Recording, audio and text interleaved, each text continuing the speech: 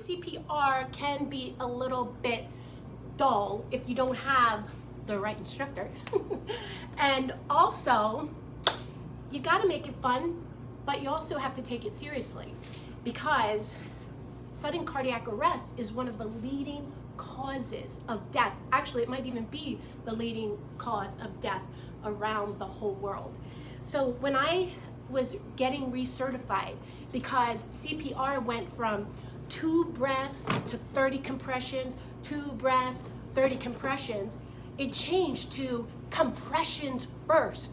And they called us all in, all the instructors, and they said this is very important, that studies now show that the most important thing is getting the blood from the heart to the brain. So as I sat in this recertification class, I was getting a little bit bored. And the instructor, she was even really funny, and she was good. She was from New York, and she was telling us stories of her days working on an ambulance. And somebody said, "Excuse me, but what if you're doing CPR and you break their ribs?" And she said, "I got news for you. If you break their ribs, they're not gonna care, because if somebody's heart's not beating, they're dead." So I instantly seemed to get this download, and I started writing, CPR starts with the heart. You ain't getting anywhere without that part. If you see someone and they're looking like they're dead, you'll be happy with this wrapping what you're putting in your head.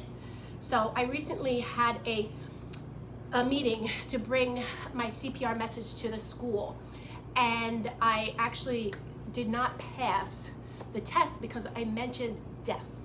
So I am moving on to another school district, because I think that we have to be able to talk about those kind of things with kids. These are very important messages, because how are we going to learn how to do CPR, how to save a life, or even how to have good relationships if we can't talk openly? I'm not saying cause division, but I'm saying let's teach life skills, all right? And then coupled with emotional intelligence, it's imperative to develop future leaders, and that's what D1 Production is. We are developing future leaders for our country.